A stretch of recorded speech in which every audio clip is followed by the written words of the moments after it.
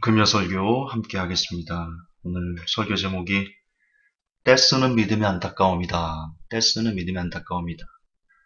부디 오늘 설교를 통해서 우리를 구원할 믿음, 우리가 가져야 될 믿음, 마지막 시대 하나님께서 마지막을 준비하는 성도들은 특별히 이런 믿음을 가졌으면 좋겠다라고 말씀하시는 하나님의 마음이 공유됐으면 좋겠습니다. 오늘의 본문은 사도행전 13장 22절입니다. 사도행전 13장 22절 다 찾으셨지요? 제가 대독하겠습니다. 그를 패하시고 그들을 위해 다윗을 일으키사 그들의 왕이 되게 하시며 또 그에 대하여 증언하여 이르시되 내가 이새의 아들 다윗을 찾아내었는데 그는 내 마음에 맞는 사람이라 그가 내 모든 뜻을 성취하리라 하시고. 아멘. 마음에 맞다. 마음에 맞다. 내 마음이 아팠다. 개역 한글에는요. 이새의 아들 다윗을 보니 내 마음이 아픈 사람이다. 좀 더 구체적으로 들어가 봅시다. 마음이 아팠다. 내 마음이 맞다. 그거는 조금 형이사학적입니다. 그렇지 않습니까? 원어에 보면 좀 더 직역한 원어를 보면 이런 뜻입니다. 이새의 다윗을 보니 이는 내 마음을 쫓는 사람이다. 혹은 내 마음을 따라오는 사람이다. 이런 뜻입니다. 내 마음을 쫓다. 하나님의 마음을 쫓는 사람. 하나님의 마음을 쫓는 사람. 그런 사람을 하나님께서 참 좋아하신다. 우리에게 말씀하시면서 얼만큼까지 좋아하시냐? 내 마음을 쫓아오는 사람에게 하나님께서 이렇게 말씀하세요. 이렇게 말씀하세요. 내 모든 뜻을 성취하리라. 그러니까 하나님은 그분의 뜻을 가끔은 사람을 통해서 역사하시고 그러시는데요. 그런데 어떤 사람을 통해서 하나님께서는 그분의 뜻을 역사하기를 원하시냐면 그분의 마음을 쫓아오는 사람을 통해서 하나님은 그분의 뜻을 이루시기를 원하십니다. 자, 마음을 쫓아온다. 내 마음이 합했다라는 것보다는 조금 구체적이지만 그래도 여전히 뭔가 눈에 보이거나 손에 잡히지 않는 그런 겁니다. 내 마음을 쫓다. 하나님의 마음을 쫓아간다. 그것을 어떻게 증명할 수 있죠? 저와 여러분들이 다 입으로 우리가 주님 마음을 쫓아가기를 원합니다. 지금 쫓아가고 있습니다. 그렇게 말한다 합시다. 우리 주님은 무엇으로 우리가 주님 마음을 쫓아가는지를 아실 수 있죠? 물론 그분은 사람 속에 있는 모든 것을 아시지만 그러면 질문을 좀 바꿉시다. 자, 사람에게 말합니다. 저는 예수님의 마음을 쫓아가는 혹은 하나님의 마음을 쫓아가는 사람입니다. 라고 말할 때 사람이 내가 거짓말을 하는지 아니면 제가 진짜로 하나님의 마음을 쫓아가는 사람인지를 사람은 어떻게 알 수 있죠? 그 사람이 만약에 증명해 보세요. 제게 증명해 보세요. 라고 말하면 우리는 어떻게 증명해야 되죠? 즉, 다시 말해서 우리가 하나님의 마음을 쫓아간다 라는 것을 어떻게 증명할 수 있죠? 증명은 오직 지금 현재 우리가 사람들 앞에 혹은 하나님 앞에 보여지는 삶일 수밖에 없습니다. 그렇지 않습니까? 구체적으로 그걸로 외에는 증명해낼 수 있는 것이 없습니다. 그렇습니다. 삶으로 우리가 하나님의 뜻을 쫓아간다, 하나님의 마음을 쫓아간다라는 순종을 보여드리는 것 외에는 우리가 하나님 마음을 쫓아가는 사람인지 아닌지를 증명해낼 수 있는 답이 없다. 우리는 그것을 성경을 통해서 예수님께서 직접 말씀해 주시는 것을 알 수 있습니다. 두 아들이 있었어요. 아버지가 말합니다. 큰아들에게 얘야 밖에 나가서 일 좀 해라. 큰아들이 말합니다. 예 아버지 가겠습니다. 그리고는 안 갔습니다. 예수님께서 그렇게 말씀하신 거 아시죠? 자, 둘째 아들 왔어요. 아버지가 말합니다. 얘야 밭에 나가서 일 좀 해라. 둘째 아들이 말합니다. 싫어요. 나 가기 싫어요. 그런데 그 뒤에 성경에 이렇게 써 있죠. 그가 뉘우치고 그리고 가서 일했다. 아버지에게 순종한 거죠. 뉘우치고. 예수님께서 말씀하십니다. 누가 하나님의 뜻을 행한 자냐? 누가 아버지의 뜻을 행한 자냐? 두 번째 아들입니다. 그렇습니다. 여러분, 말로는요, 고백으로는요, 얼마든지 우리가 하나님의 뜻을 쫓아갑니다. 라고 말할 수 있습니다. 그리고 느낌적으로 사람을 속일 수도 있습니다. 굉장히 열변을 토하면서 내가 하나님의 뜻을 쫓아간다라고 강력하게 말하면 사람이 속고요. 그리고 내 자신도 스스로 속을지도 모릅니다.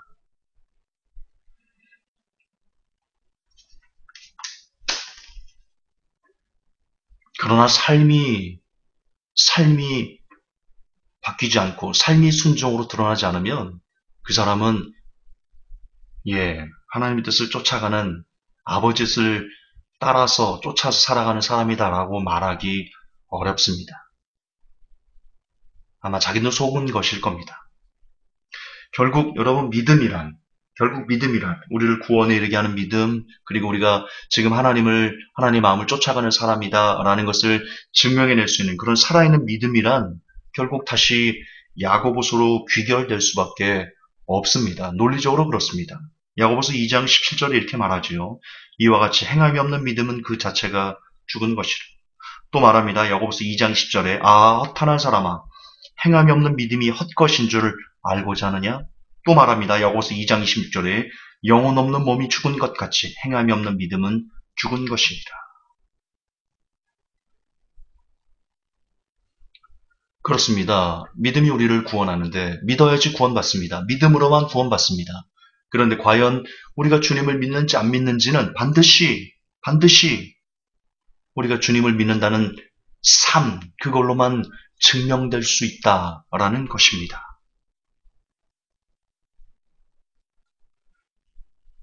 그런 기본적인 믿음에 대한 회복교의 교리라고 말하면 좀 이상한데요. 성경의 교리, 성경이 가르치는 그 진리를 기본 베이스를 깔고요. 그렇다면 이제 오늘 본문의 주인공인 다윗, 그의 삶, 그가 실질적으로 살아낸 믿음을 하나님에게 어떻게 보여드렸는지, 오늘 이게 핵심인데요. 이제 그 기본을 알았으면 특별히 세 가지의 믿음, 다윗이 삶으로 보여준 세 가지의 살아있는 믿음을 우리가 공부할 텐데, 그걸 잘 듣고 우리도 똑같이 다윗이 하나님 앞에 보여드렸던 이 세 가지 믿음을 우리가 하나님 앞에 보여드린다면, 그렇다면 우리도 살아있는 믿음을 우리의 삶으로 순종하고 있다라는 것을 증명해낼 수 있다.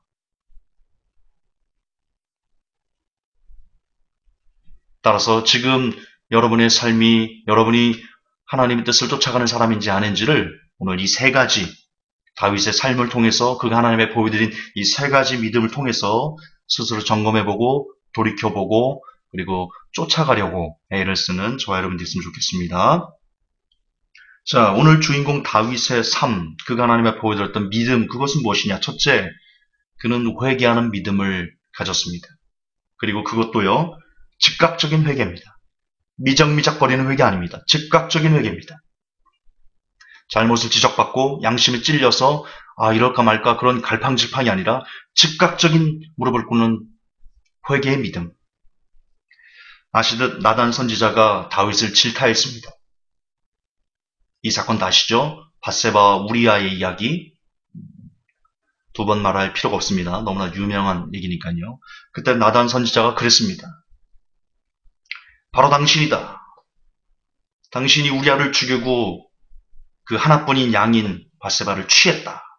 뭐라고 말하자 그 얘기를 듣고 다윗은 충분히 나단 선지자를 죽여서 입막음할 수 있는 그런 권력을 갖고 있는 자였는데, 혹은 그 얘기를 듣고 마음에 찔려서 이걸 내가 나단을 어떻게 하지? 야, 나단 잠깐 나가 있어봐. 그리고는 고민할 수 있었습니다.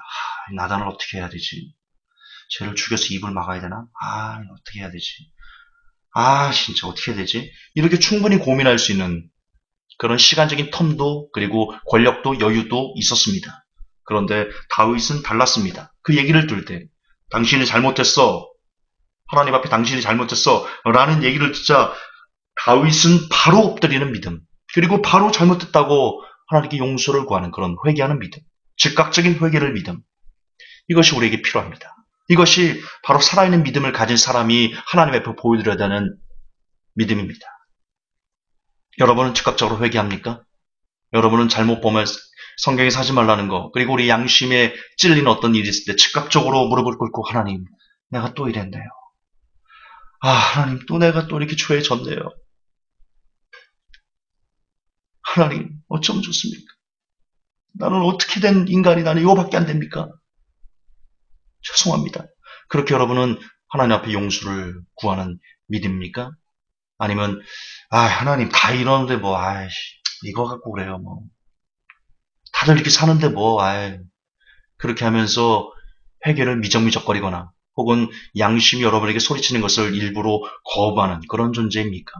어떤 사람입니까? 잘 곰곰이 생각해 보시고 부디 즉각적인 회개를 하나님 앞에 드리는 즉각 회개, 이런 살아있는 믿음을 가진 사람이 됐으면 좋겠습니다. 두 번째는요, 다윗은 인정하는 믿음을 하나님 앞에 보였던 사람입니다. 인정하는 믿음. 특별히 하나님의 주권을 그대로 인정하는 믿음이었습니다. 아이가 죽었죠. 다윗이 그 얘기를 듣고는요, 나단 선지자가 말합니다. 그 죄 때문에 바세바가 낳은 그 아이가 죽을 것이다. 다윗이 식음을 전폐하고 아이를 위해서 기도합니다. 살려주세요. 하나님 용서해 주세요. 기도합니다. 아이가 죽었습니다. 하나님 말씀대로 죽었어요. 하나님 용서 안 하셨어요. 죽여버리셨어요. 그때 신하들이 수군수군하죠. 수군수군합니다. 아이가 죽였음을 어떻게 알려야 되는지 두려웠던 겁니다. 두렵죠. 아이가 살아있을 때도 저렇게 식음을 전폐하면서 왕이 살려달라고 하나님 앞에 기도하고 그렇게 무릎을 꿇고 그러고 있는데 아이가 죽었다 그러면 노발대 말할 것 같다. 근심이 됐던 겁니다. 신하들이. 어찌 말할 줄 몰라서 쭈뼛쭈뼛거리고 있을 때 다윗이 눈치가 빠른 사람이에요. 아이가 죽었구나. 그리고는 묻습니다. 아이가 죽었느냐? 신하들이 말합니다. 예, 그렇습니다. 죽었습니다.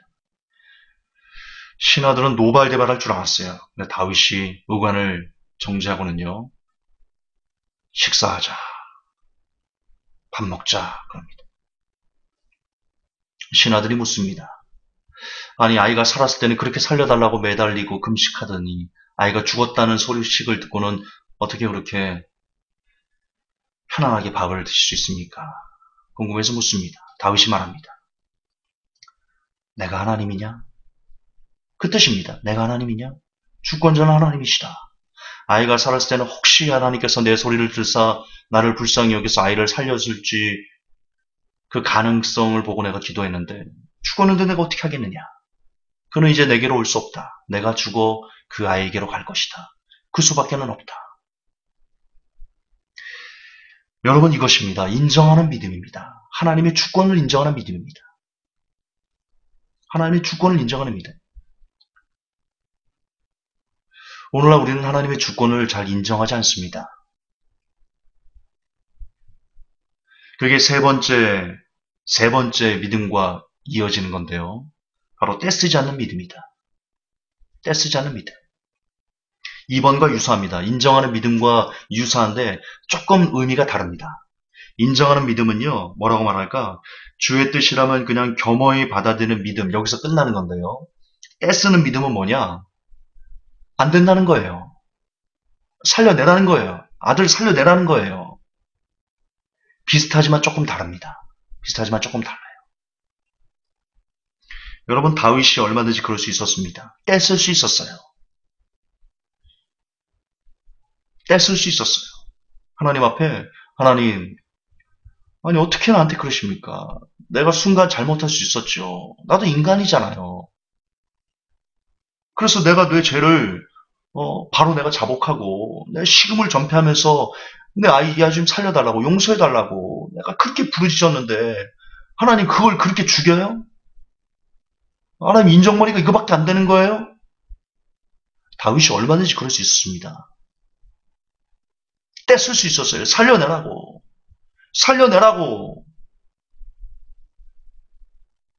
나 이번에 대학 붙게 달라고, 아니면 나 교회 안 가겠다고. 우리 이러잖아요, 우리 믿음이. 지금 우리들의 믿음이 떼쓰는 믿음이에요.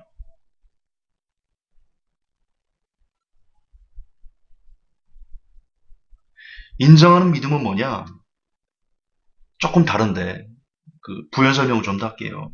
인정하는 믿음은, 그걸 받아들일 마음에서요, 뭐라고 말할까? 비슷해요, 비슷해. 근데 설명을 제가 조금, 어, 미안합니다. 설명을 못하겠습니다. 비슷한데 조금 달라요. 제가 준비하다가 이거를 알았는데 지금 까먹었어요. 죄송해요. 네, 다시 돌아가겠습니다. 다윗이 분명히 회개하고 금식했으면 좀 살려주셔도 되는 거 아닙니까? 라고 하나님께 따질 수 있었어요. 떼쓸 수 있었어요. 다윗은 그러지 않았어요. 다윗은 떼지지 않았어요. 다윗은 떼쓰지 않았어요. 다윗은 그것을 그대로 인정하고 그걸 그대로 받아들이고 그리고 실질적으로 그의 행동으로도 때를 쓰지 않는 그 믿음을 하나님께 보여드리면서 살아있는 믿음이 무엇인지를 저와 여러분들에게 웅변해주고 있어요. 여러분, 우리는 주님을 믿는다 해요. 그런데 우리의 믿음은요, 아까도 말했지만 하나님의 주권을 잘 인정하지 않아요. 우리는 뭔가 일이 있을 때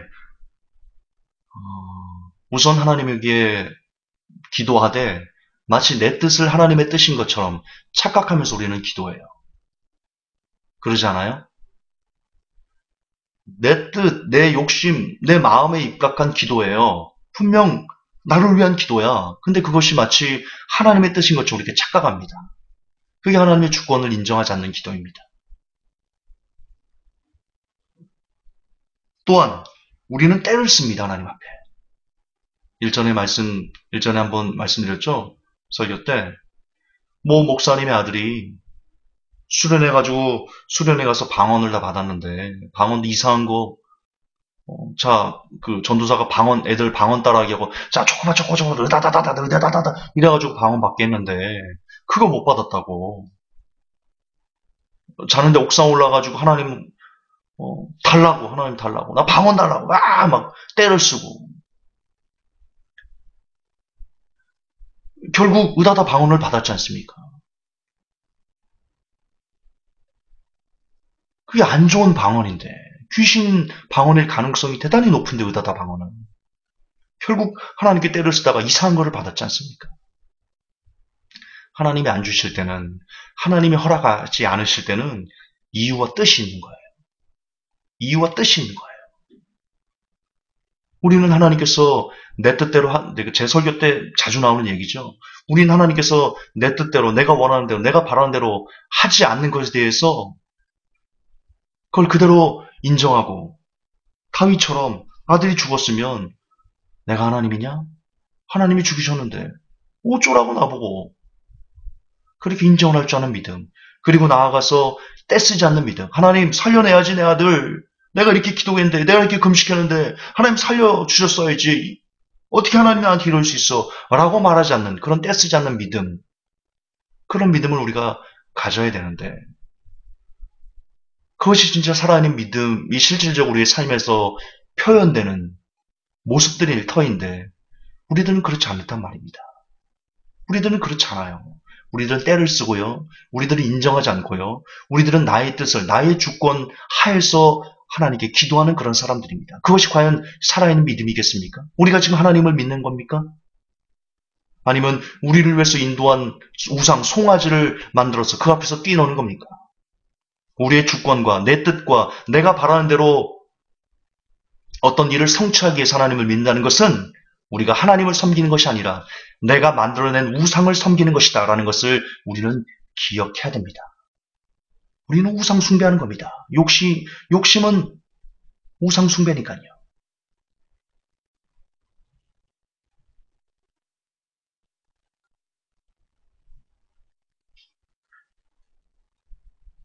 따라서 때를 쓰는 믿음만큼 안타까운 믿음은 없다. 그거는 가짜거든요. 그거는 진짜 예수를 믿는 게 아닙니다. 자기도 속고 있는 겁니다. 자기 마음에 만들어낸 우상에 자기 마음속에 송아지에 빌고 그것을 하나님으로 착각하면서 살아가고 있는 안타까움. 그래서 오늘 제목이 때를 쓰는 믿음이 안타까움, 때 쓰는 믿음이 안타까움입니다. 그 사람은 천국 갈 수 없습니다. 그 사람은 천국 갈 수 없어요. 때 쓰는 믿음을 가진 사람은 천국 갈 수 없어요. 그건 진짜 믿음이 아니니까요. 살아있는 믿음이 아니니까요. 그건 우상숭배일 가능성이 대단히 높으니까요. 천국 가는 믿음은 무엇이냐? 때 쓰지 않는 믿음이에요. 하나님의 주권을 인정하는 믿음이에요. 그리고 즉각적으로 회개하는 믿음입니다.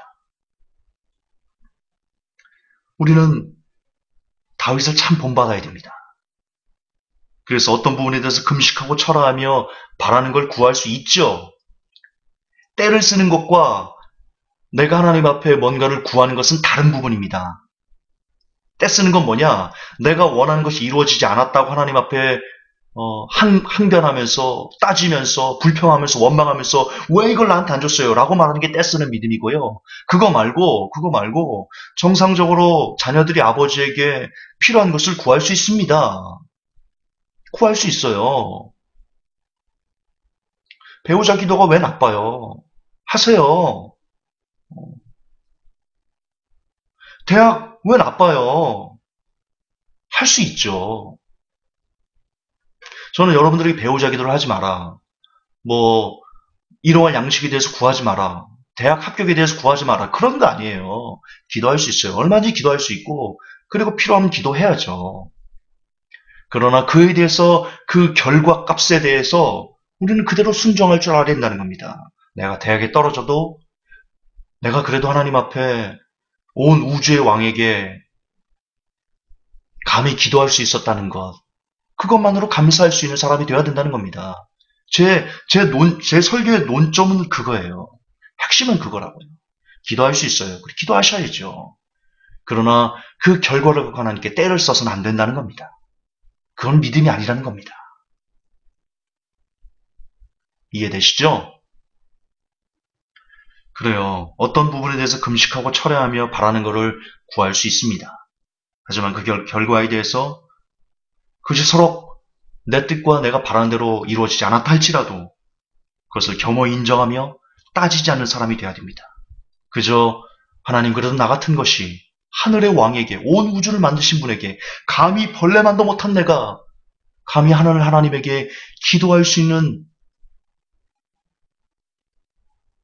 그런 시간과 그런 환경과 그런 사람이었다는 것, 그런 은혜를 주셨다는 것, 그것만으로 감격할 줄 아는 사람이 될 때 하나님은 우리를 더 예쁘게, 어여쁘게, 사랑스럽게 그리 보실 것이라 저는 믿습니다.